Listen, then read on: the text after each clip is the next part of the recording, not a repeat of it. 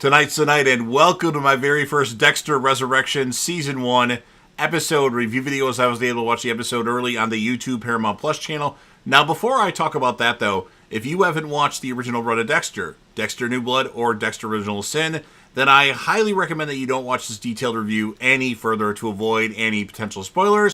If you're new to this channel or finding this channel out for the first time, welcome to the channel. I'm a Dexter fanatic just like you. If you want to familiarize yourself with my Dexter fandom, at the end of this video, with about 20 seconds left to go in the end screen, I'll put different video links. I'll put my most recent Dexter seasons ranking, which of course I'll redo at the end of the season. I'll put my Dexter Original Sin episode review playlist. I'll put my most recent Dexter villain/antagonist ranking, and then I'll also put a link to a live stream I did with Sipo of Willis Gradia, where we talk about a lot of things Dexter related going into Dexter Resurrection. It was a stream we did a little over a week ago.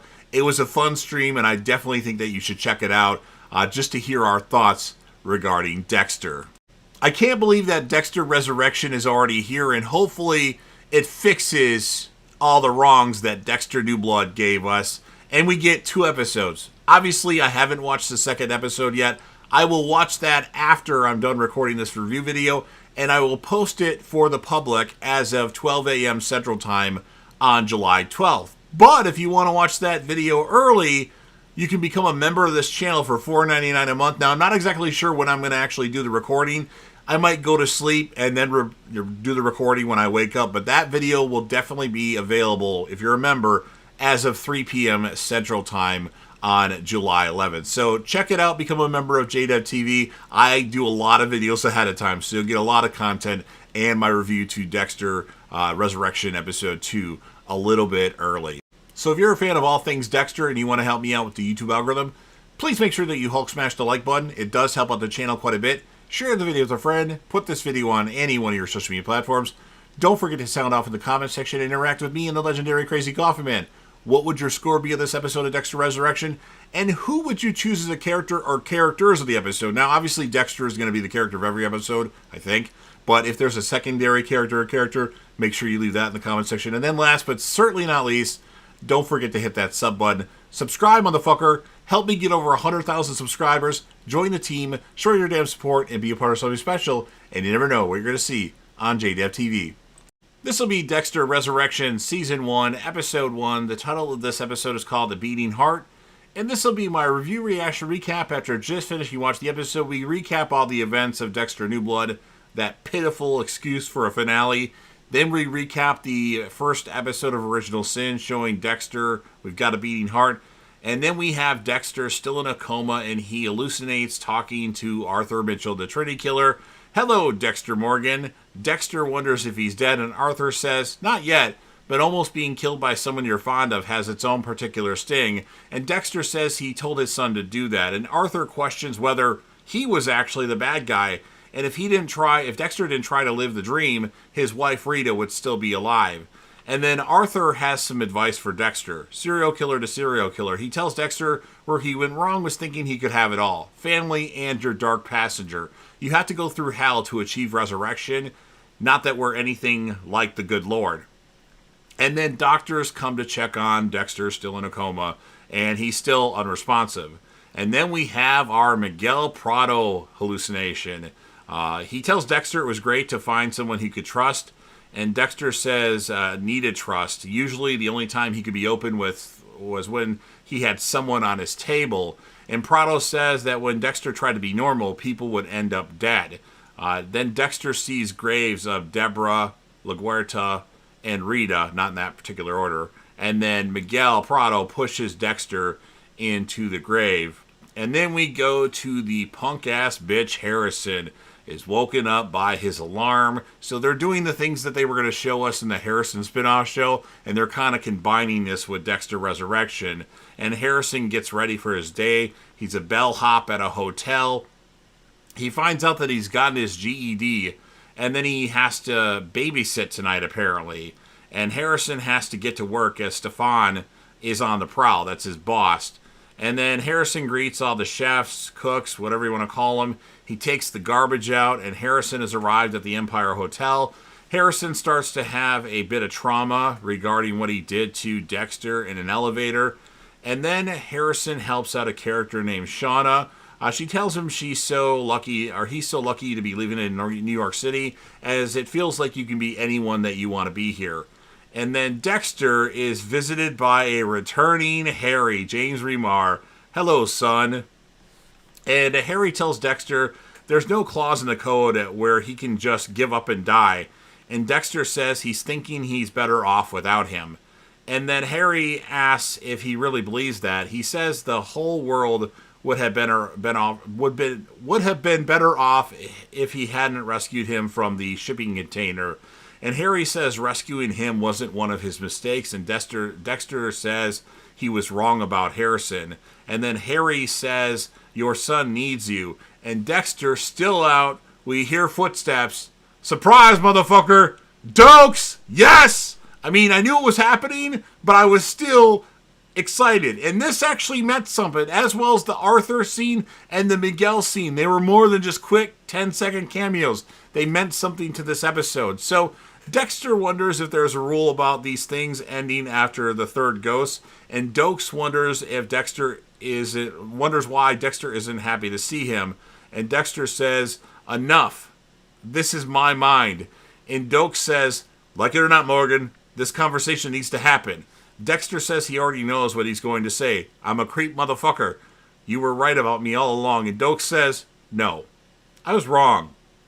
Buried down deep, really deep, past all that fucked up Bay Harbor Butcher shit, is a kernel of good. And Dexter says, good? And Dexter says that's not a word he's ever heard him associate with him. And then Dokes says, hear it now and hold on to it for the sake of your son, because he needs that part of you, too. Go to him, Morgan. Otherwise, you really are just some creep motherfucker. And then Dokes does the whole I'm watching you gesture. And then the narration says, talk about a curtain call. Love that. That was easily like a mark out moment for me. And then Dexter wakes up and the doctor tells him, welcome back to the living, Mr. Morgan. And then Dexter wonders if this is real. Oh yeah, you've been in a coma for 10 weeks. And then Dexter has a question. How close was he to meeting his maker? And the doc tells him he just about did. Lucky for him, he got shot in zero-degree weather. The cold and the snow slowed his heart rate down. And then the doctor leaves to check on another patient that Dexter apparently knew that we never got told about. And this guy apparently had a heart attack but drove himself to the hospital, if I remember correctly what they said. And then Dexter asks the doctor if his son's okay. And the doctor says, last we heard, he left town weeks ago, and nobody's heard from him since. And then back to the Harrison crap. Shauna's had too many margaritas. She's wasted. And Ryan tells Harrison he and Shauna just met at the bar, and they're going to have some fun. As Harrison is kind of walking away from the hotel room, he keeps saying, not my problem, not my problem. And then Harrison hears Shauna say, no, stop it. And then Harrison goes back in the room. And then Harrison says, let me get Shauna back to her room and we can just pretend this never happened. And then Ryan and Harrison get into a fight. And then Ryan mentions something about there's plenty more where that came from. And Harrison thinks back to Kurt Caldwell and his museum of women's bodies. I can't remember what officially it was called. And then Harrison actually kills Ryan with the porcelain toilet tank top. And then fuck. And then Harrison takes Shauna to a different room, tucks her into bed, and Harrison starts cleaning up the room, replaces the top of the toilet tank, and then Harrison takes Ryan's body back to the kitchen, flashes back to when Dexter was teaching him what to do when Kurt Caldwell was on the table. Tough to gut through clothes. It's best to remove them. So Harrison cuts Ryan up, cleans up, hears the garbage truck coming, and then he actually misses a spot of blood that's on the ceiling. When he chomped the leg part, the blood went straight up. But everything else is spotless, and as far as we know at least. And then Ryan's parts are taken, and Harrison pukes. And then we have Dexter doing physical therapy. Use it or lose it.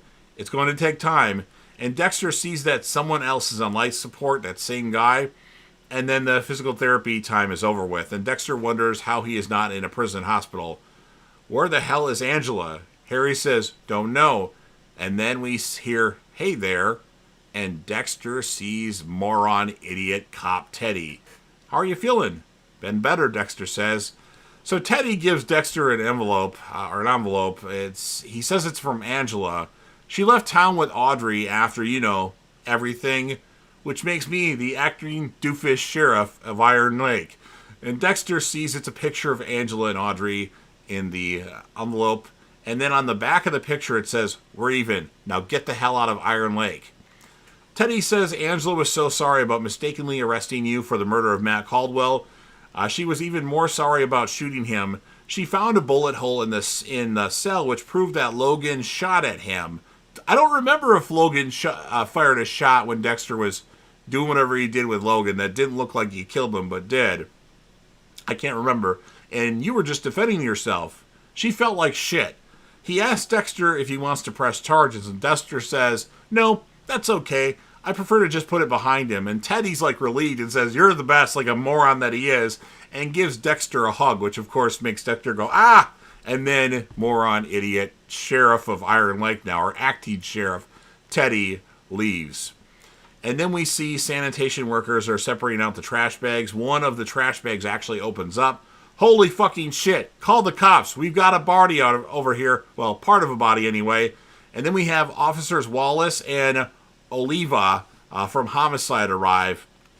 And the officer, or the Oliva, I can't remember which one it was now. The female, whose name is Claudette, actually. I can't remember which one's the last name. But she says that we can't identify a print by a toe. They need a head or a hand. And then Claudette is going to get to work after being told to be nice to the unis. We need to have body parts. We need to have body parts to find. And then we hear, staying alive, and then she's found the rest of the body parts. And the ring is still on the finger, but where is the watch? And then we see Dexter on a treadmill, not as hard as Deb goes on a treadmill.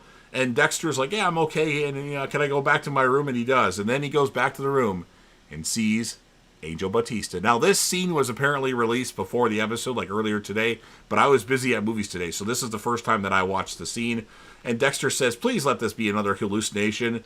And Angel slowly walks up to Dexter, kind of stares at him, and then gives him a hug. And Dexter's like, "Nope. Wow, it's like seeing a ghost." "I know what you mean. It's been a while, huh?" Dexter says. Batista has something other than hospital food for him. Although he doesn't know what Jim Lindsay likes to eat, Dexter loves himself a Cabano. Little taste of him, a little taste of Miami, Dexter says. He's missed these.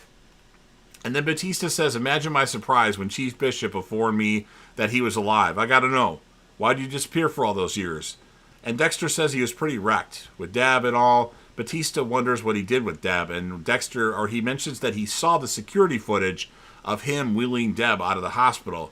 And Dexter says he took her with him on the boat. He drove straight into the storm. I lost her and lost his way, I guess. After Rita and Deb, I couldn't stay in Miami. I needed a new start. My life became such hell. Grief does something to you. And Batista, says, "Yeah, me too. I had to grieve your loss thinking that you were dead too. I even spoke at your memorial."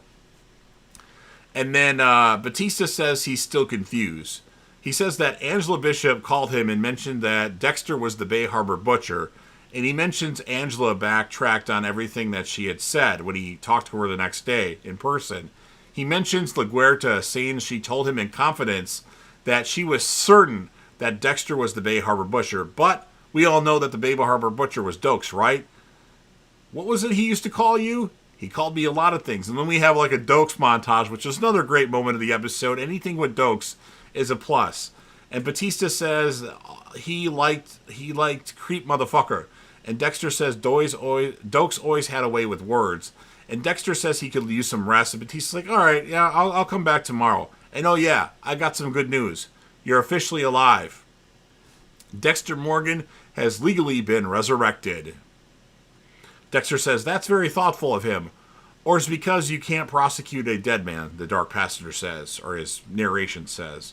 And then as he's leaving, Batista talks to the doctor about Dexter, like, "Hey, how long is he going to be in here?" And then he says something about when are the visiting hours. It's 11 o'clock. And he's like, "All right, I'll be back tomorrow at 11 o'clock when visiting hours start." And then the detectives have come to the Empire Hotel. And then the next morning, the man on life support dies. Dexter thought it was him flatlining.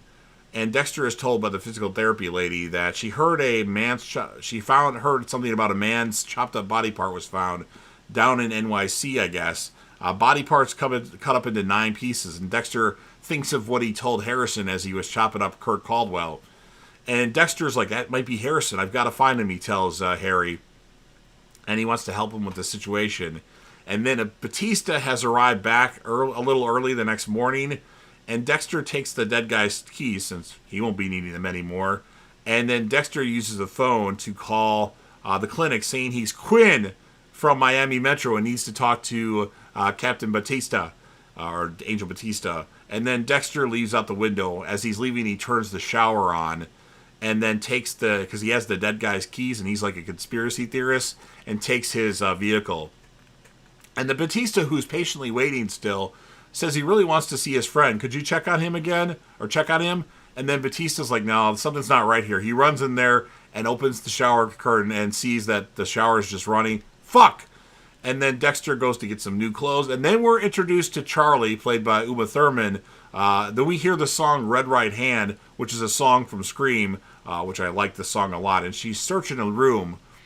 I don't remember who she was searching for or whose room she was in. And then she finds a bunch of IDs, like in the ceiling tile, or the I'm trying to remember the term for it, and tile is not what it is. But regardless of that, it's up in the ceiling, and she says, fucking psycho, and then makes a phone call. Invitation delivered.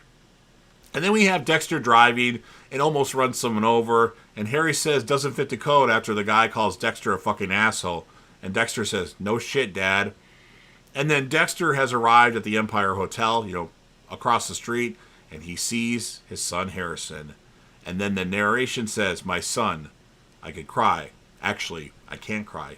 Damn it. And that's what ends this first episode of Dexter Resurrection. So I must admit, I did like this episode quite a bit. I like all the callbacks to, Miguel Prado, Arthur Mitchell, and James Stokes, and they meant something. They weren't just like 5-second cameos, like they had dialogue, and dialogue that I missed hearing, especially from James Stokes. So I'm going to give the episode a 9.4 out of 10. It's not perfect, but it was good. My character of the episode, obviously we know Dexter is going to be the character of every episode.